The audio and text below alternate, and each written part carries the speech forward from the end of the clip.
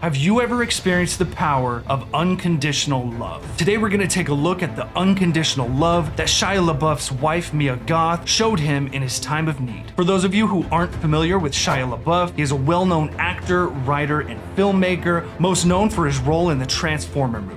He entered Hollywood as a child star and has been in the public eye for several years. He's been at the center of several controversies. He's been arrested for public intoxication. In early 2021, Shia LaBeouf checked himself into rehab, citing his struggles with alcohol abuse. In late 2022, he went on the podcast Real Ones with John Bernthal and shares how he was able to overcome his addiction and what he's doing to make up for all of his wrongdoings. Now I'm going to show you a clip of this podcast because I watched it all the way through and I thought this portion was very, very powerful and really showed the unconditional love of his wife, and it really reminded me of the unconditional love that Jesus has for all of us. Now, the first verse I thought of while watching this podcast, and it kind of serves as the backbone of this video, is Romans 5 verses 6 through 8. It says, "You see, at just the right time, when we were still powerless, Christ died for the ungodly. Very rarely will anyone die for a righteous person, though for a good person, someone might possibly dare to die. But God demonstrates his own love for us in this: while we were still sinners, Christ died for us." While we were still sinners, Christ died for us. I think these verses really show the unconditional love of Jesus, that before we cleaned up ourselves, before we cleaned up our act, before we went through rehab, before we made amends for everything that we've done, Christ died for us.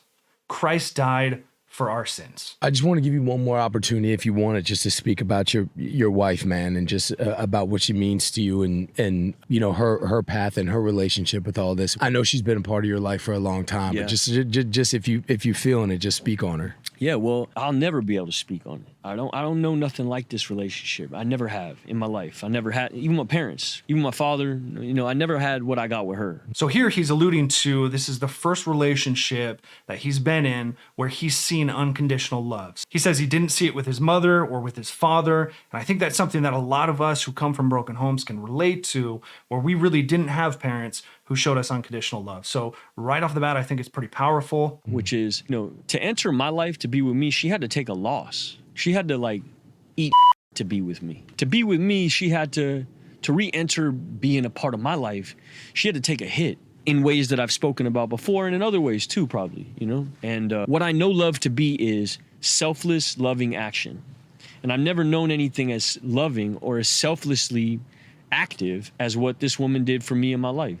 She showed up for me at a time when, I mean, this is the first time I saw her. We had been estranged for like years because of my jealousy. She went and did a movie with another actor, and I thought she was cheating on me, so then I cheated on another. It was just all, yeah, little boy like nonsense. And we hadn't talked for 2 years when all this hit.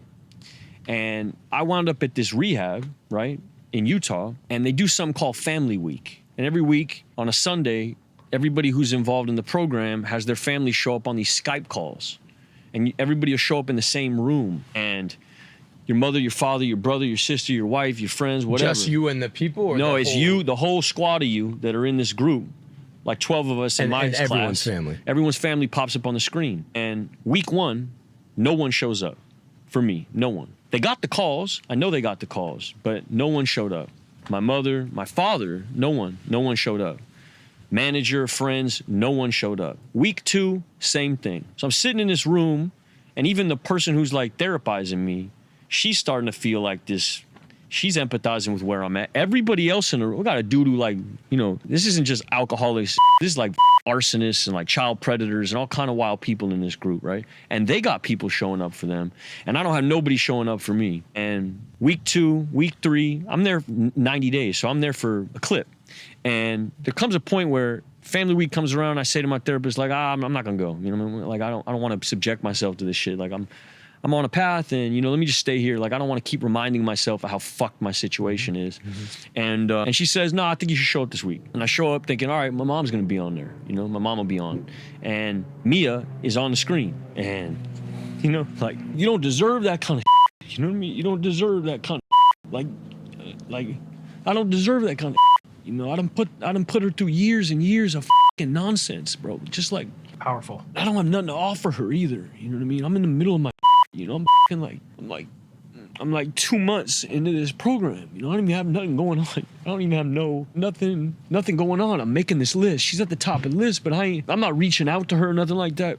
And you heard her voice. Like, she's like a angel, you know what I mean? Everybody does and I'm gone, you know? And so they let her go first because I can't even believe. And they all know because I ain't had no family show up for me. And she unmutes and she's like, "Hi, Shia." You know, and it's like, she's prepping a movie. She ain't got no time for this, you know? But she found time and she said, "Hi, Shia." And we just smiled. We had nothing else to say. But she saved my life, dog. Like, before the kid, before the job, before God, before any religion, before a laugh, before Bo, before a phone, before anything, was this woman's face. And there wasn't no promises made, wasn't no long conversation being had, nothing. Just her presence, the ministry of presence. Sometimes that's all you need to offer a person who's in a situation like that, is like, just to be present. And she was present for me at a time when I didn't deserve to have nobody in my life, especially her. And I'm not trying to do this boo because right away my head goes to like, how's this being viewed? I'm such a this way, you're but good. Come on, man. yeah, she's a real one. She's a real one, and I'll never be able to. It's the first time I really understood love because I didn't have nothing to give. And I was sitting there thinking like, well, I don't have nothing. It's not sexy to be with me. Don't you get it? Like, people out here accusing me of like putting makeup on my genitals and like shooting dogs and you know? That's what I'm being accused of. And you're showing up for me like you're gonna be tied to this. It didn't make no sense. Love is irrational that way. You can't rationalize real love. It doesn't make any sense.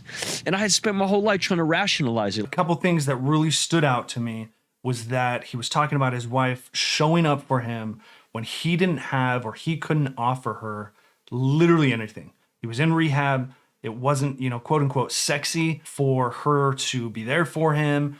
It wasn't attractive. He had nothing to offer her and she still showed up. Really reminds me of Jesus' unconditional love for us. While we were still sinners, while we were yet sinners, Christ died for us. So before we were out of rehab, before we cleaned up our act, Christ showed up for us. Christ died for us. Christ died for us before we had anything that we could offer him. The second thing that I thought was very powerful in this story was that he said sometimes being present, showing up for somebody is the best thing that you can do for certain people in your life. Now, I do want to make a quick disclaimer. There is a pretty fine line between unconditional love and enabling someone's behavior or allowing them to just continuously take advantage of you. Now, I thought this was very powerful. I hope you guys did as well. I would love to hear some stories from you about a time where you were shown unconditional love, whether it was from a family member or a spouse. And my prayer is that we would understand the weight of God's unconditional love and that we would reflect on how that should impact the way we live our lives. So if you haven't already, please like, subscribe, and turn on notifications as it really helps out the channel. Peace.